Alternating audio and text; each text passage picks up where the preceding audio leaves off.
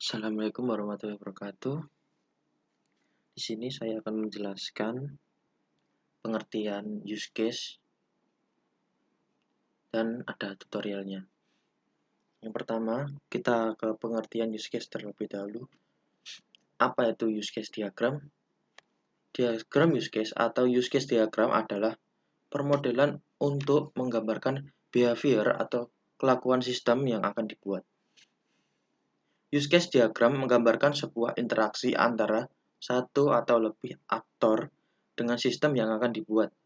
Secara sederhana, diagram use case digunakan untuk memahami fungsi apa saja yang ada di dalam sebuah sistem dan siapa saja yang dapat menggunakan fungsi-fungsi tersebut. Menurut Rosa dan Salahuddin, use case diagram tidak menjelaskan secara detail tentang penggunaan tiap use case, namun hanya memberi gambaran singkat antara hubungan antara use case, aktor, dan sistem. Melalui use case diagram, kita dapat mengetahui fungsi-fungsi apa saja yang ada pada sistem.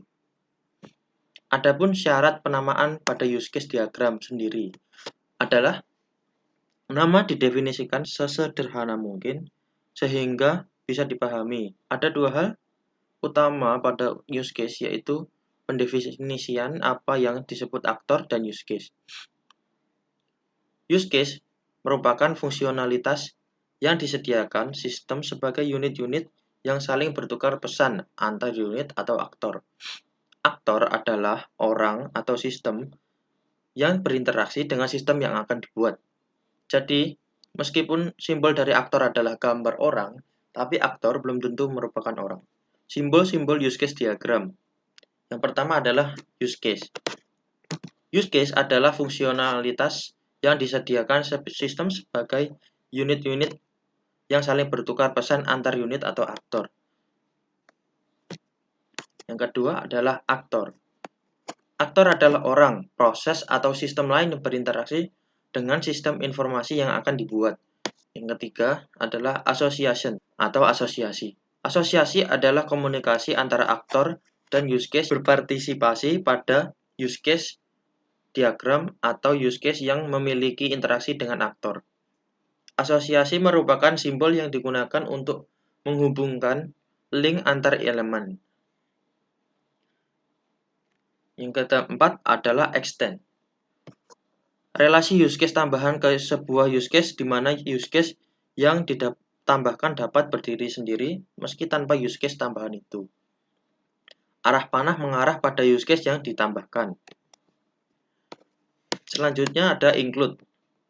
Deskripsinya adalah relasi use case tambahan ke sebuah use case di mana use case yang ditambahkan membutuhkan use case ini untuk menjalankan fungsinya atau sebagai syarat dijalankan use case ini. Arah panah include mengarah pada use case yang dipakai atau dibutuhkan. Yang selanjutnya adalah generalisasi.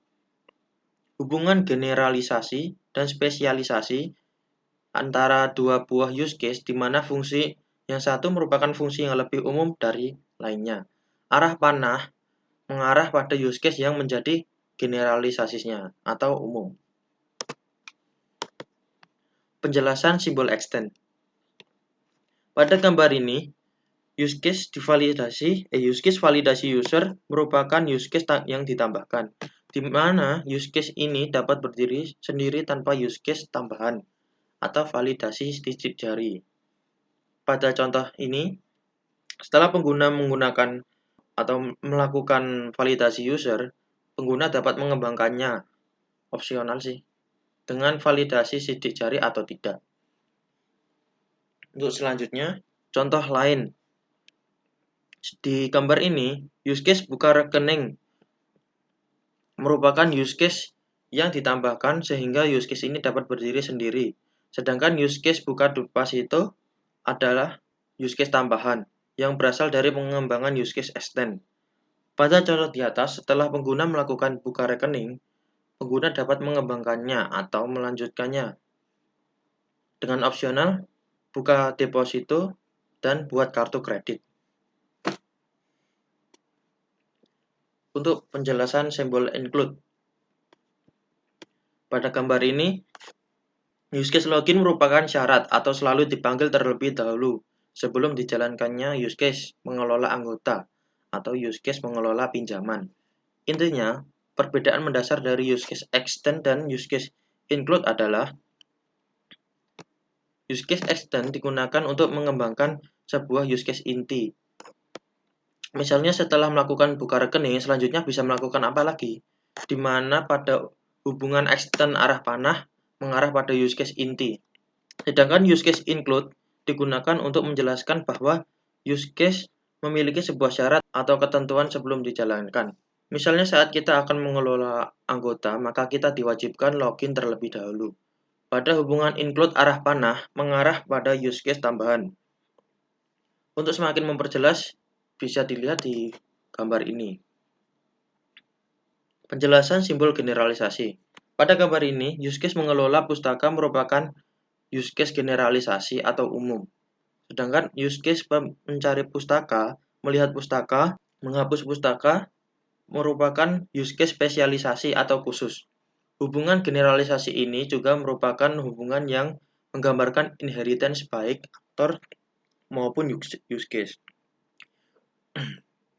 Pada hubungan generalisasi arah panah, mengarah pada use case yang menjadi generalisasinya.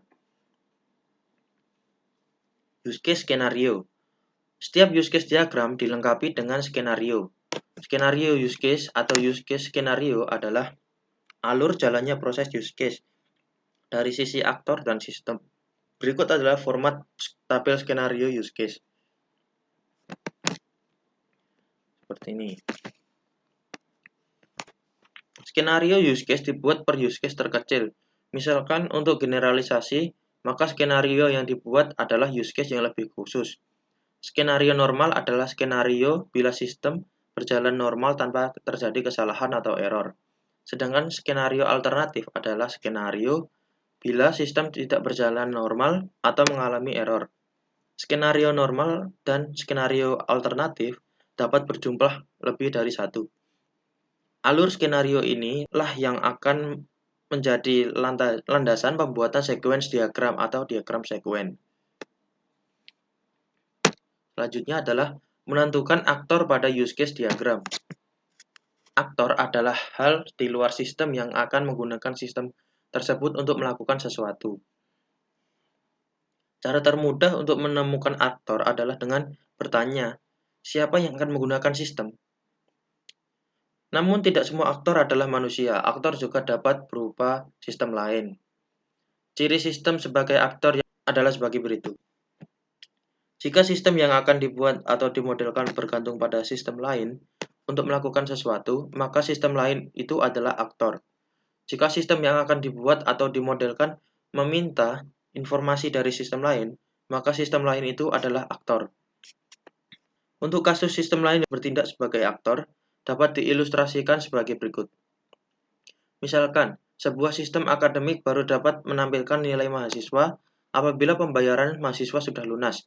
Artinya, sistem akademik memerlukan info dari sistem pembayaran. Maka saat kita akan memodelkan use case diagram sistem akademik, kita akan memasukkan sistem pembayaran sebagai aktor. Menentukan use case pada use case diagram. Sebuah use case harus mendeskripsikan sebuah pekerjaan di mana pekerjaan tersebut akan memberikan nilai yang bermanfaat bagi aktor. Untuk menemukan use case, mulailah dari sudut pandang aktor. Misalkan, bertanya seperti, informasi apa sajakah yang akan didapatkan aktor dari sistem? Apakah ada kejadian dari sistem yang perlu diberitahukan ke aktor?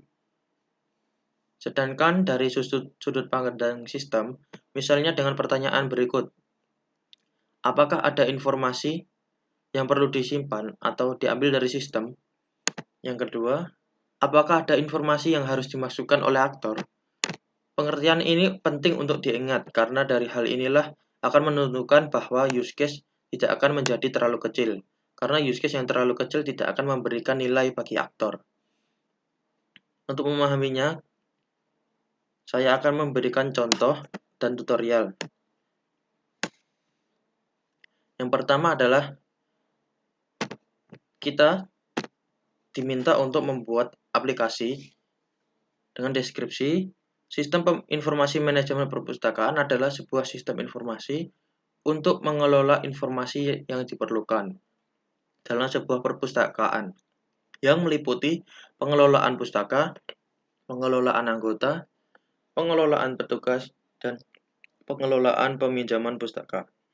Aturan perpustakaan yang harus dipenuhi pada sistem informasi manajemen perpustakaan yang akan dimodelkan adalah sebagai berikut. Yang pertama, pustaka dapat memiliki lebih dari satu pengarang. Yang kedua, anggota dapat meminjam lebih dari satu buku dalam satu waktu. Yang ketiga, anggota dapat memiliki lebih dari satu nomor telepon. Yang keempat, anggota dapat mengembalikan pustaka yang dipinjam tidak dalam waktu yang bersamaan, meskipun pustaka-pustaka tersebut dipinjam pada waktu yang bersamaan. Yang kelima, pengunjung yang bukan anggota diperbolehkan mencari data pustaka yang ingin dibacanya. Yang keenam, pengunjung yang bukan anggota tidak diperbolehkan meminjam pustaka. Yang ketujuh, proses pendaftaran pustaka, anggota, dan peminjaman dilakukan oleh petugas perpustakaan. Yang kedelapan, anggota dan pengunjung dapat melakukan pencarian pustaka.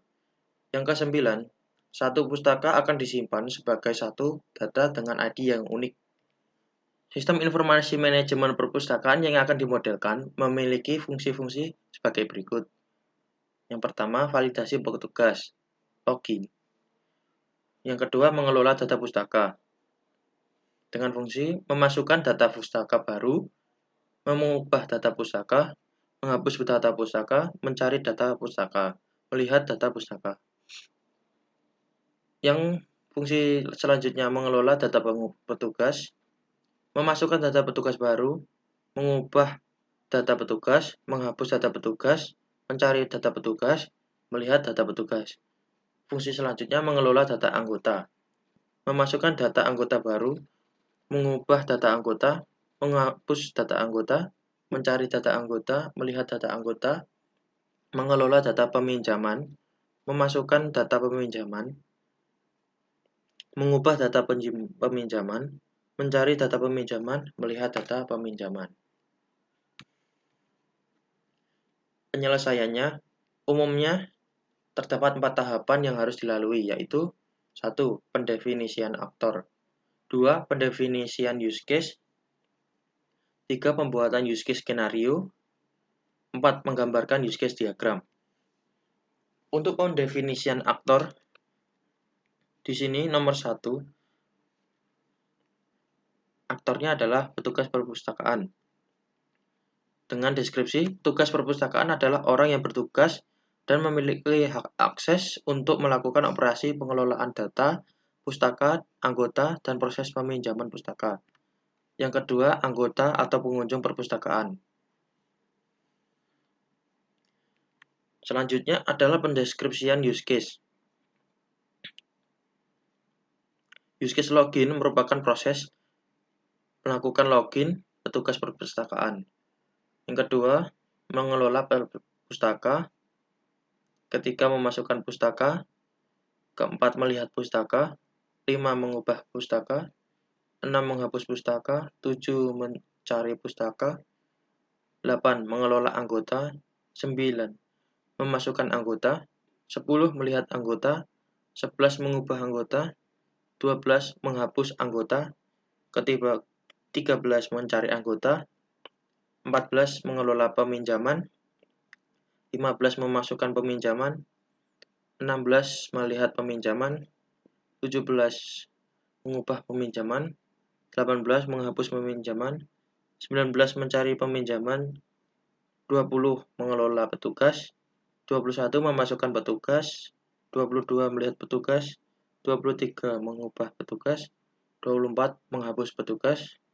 25, mencari petugas. Untuk pembuatan use case skenario, yang pertama adalah nama use case-nya adalah login. Untuk skenario-nya, skenario normalnya adalah memasukkan username dan password. Untuk reaksi sistemnya, memeriksa valid tidaknya data masukan dengan memeriksa ke tabel petugas. Yang ketiga, masuk ke aplikasi pengelolaan data perpustakaan. Untuk skenario alternatifnya, dapat dilihat di nomor 4, memasukkan username dan password yang valid. Skenario alternatifnya, yang pertama adalah memasukkan username dan password. Memeriksa valid tidaknya data masukan dengan memeriksa ke tabel petugas. Menampilkan pesan login tidak valid. Memasukkan username dan password yang valid. Untuk reaksi sistemnya, memeriksa valid tidaknya data masukan dengan memeriksa ke tabel petugas. Yang selanjutnya, masuk ke aplikasi pengelolaan data perpustakaan. Untuk yang memasukkan pustaka, reaksi sistem adalah memeriksa status login. Yang kedua adalah aksi dari aktor, memasukkan data pustaka sesuai kolom yang ada. Untuk reaksi sistemnya, memeriksa valid tidaknya data masukan, menyimpan data pustaka ke basis data, menampilkan pesan sukses disimpan. Untuk skenario alternatif, reaksi sistem memeriksa status login yang dilakukan oleh aktor, memasukkan data pustaka sesuai kolom yang ada. Dengan reaksi sistem memeriksa valid tidaknya data masukan. Yang keempat, mengeluarkan pesan bahwa data masukan tidak valid. Lalu aktor akan memperbaiki data masukan yang tidak valid. Untuk reaksi sistemnya, memeriksa valid tidaknya data masukan, menyimpan data pustaka ke basis data, menampilkan pesan sukses disimpan. Untuk yang melihat pustaka, reaksi sistem akan memeriksa status login. Yang kedua, menampilkan data pustaka yang dicari, belum detail, misal hanya judulnya saja dan tampil dalam bentuk list. Maka aksi aktor akan memilih pustaka yang dicari. Reaksi sistemnya menampilkan data pustaka, detail sebuah data pustaka dari pustaka yang dipilih. Untuk selanjutnya adalah mengubah pustaka. Untuk skenario normalnya, reaksi sistem memeriksa status login. Yang kedua, aksi aktor memasukkan kata kunci dan kategori pencarian. Untuk reaksi sistemnya, mencari data pustaka yang akan diubah, menampilkan data pustaka yang dicari. Yang kelima adalah aksi aktor memilih data pustaka yang akan diubah. Lalu reaksi sistem menampilkan data pustaka yang lebih detail. Lalu aktor mengubah data pustaka dan sistem akan memeriksa valid tidaknya data masukan. Menyimpan data yang telah diubah ke basis data dan menampilkan pesan bahwa data sukses disimpan. Untuk skenario alternatifnya, perubahannya adalah di poin nomor 8. Ketika memeriksa valid tidaknya data masukan, reaksi sistem akan menampilkan pesan bahwa data masukan tidak valid. Lalu aksi aktor akan memperbaiki data masukan yang diubah dan tidak valid. Lalu reaksi sistem akan memeriksa valid tidaknya data masukan, menyimpan data yang telah diubah ke basis data, menampilkan pesan bahwa data sukses disimpan. Untuk use case selanjutnya adalah menghapus pustaka. Untuk skenario normalnya, sama seperti tadi, aksi aktor akan memilih data pustaka yang akan dihapus, lalu reaksi sistem akan menampilkan pesan konfirmasi apakah data akan benar-benar dihapus. Lalu aksi aktor akan mengklik pilihan setuju data dihapus. Reaksi sistem selanjutnya adalah menghapus data pustaka dari basis data dan menampilkan pesan bahwa data sukses dihapus. Untuk skenario alternatifnya adalah poin nomor 5 memilih data pustaka yang akan dihapus. Lalu reaksi sistemnya menampilkan pesan konfirmasi apakah data akan benar-benar dihapus. Lalu aksi aktor akan mengklik pilihan tidak setuju data dihapus. Reaksi sistem akan kembali ke form pencarian pustaka. Untuk yang use case mencari pustaka, skenario normalnya adalah ketika aksi aktor memilih data pustaka yang akan dicari, maka reaksi sistem akan menampilkan data pustaka dari yang dipilih. Untuk skenario alternatifnya, aktor akan memasukkan kata kunci dan kategori pencarian. Lalu reaksi sistem akan mencari data pustaka yang dicari, menampilkan data pustaka yang dicari, lalu aktor akan memilih data pustaka yang akan dicari. Dan reaksi sistem akan menampilkan data pustaka yang lebih detail dari pustaka yang dipilih. Untuk menggambarkan use case diagram, petugas perpustakaan mengasosiasi mengelola anggota, mengelola petugas, dan mengelola pustaka. Lalu ada generalisasi dari mengelola anggota adalah memasukkan anggota, mengubah anggota, menghapus anggota, mencari anggota, melihat anggota. Untuk di sini mengelola anggota mempunyai include ke login. Yang dimaksudkan adalah harus melalui login terlebih dahulu agar bisa mengelola anggota. Lalu selanjutnya adalah mengelola peminjaman. Dengan mempunyai generalisasi, mencari peminjaman, menghapus peminjaman, mengubah peminjaman, dan memasukkan peminjaman. Di sini juga ada melihat peminjaman. Mengelola peminjaman pun include dalam login. Lalu selanjutnya adalah mengelola petugas. Mempunyai generalisasi, memasukkan petugas, mengubah petugas, menghapus petugas, mencari petugas, dan melihat petugas. Mengelola petugas pun termasuk include ke dalam login. Selanjutnya adalah mengelola pustaka. Mempunyai generalisasi, memasukkan pustaka, mengubah pustaka, menghapus pustaka, melihat pustaka, mencari pustaka. Dengan aktor, anggota atau pengunjung perpus yang dapat mencari pustaka, lalu akan diproses oleh mengelola pustaka, dan mengelola pustaka pun termasuk include ke dalam login. Jadi seperti ini.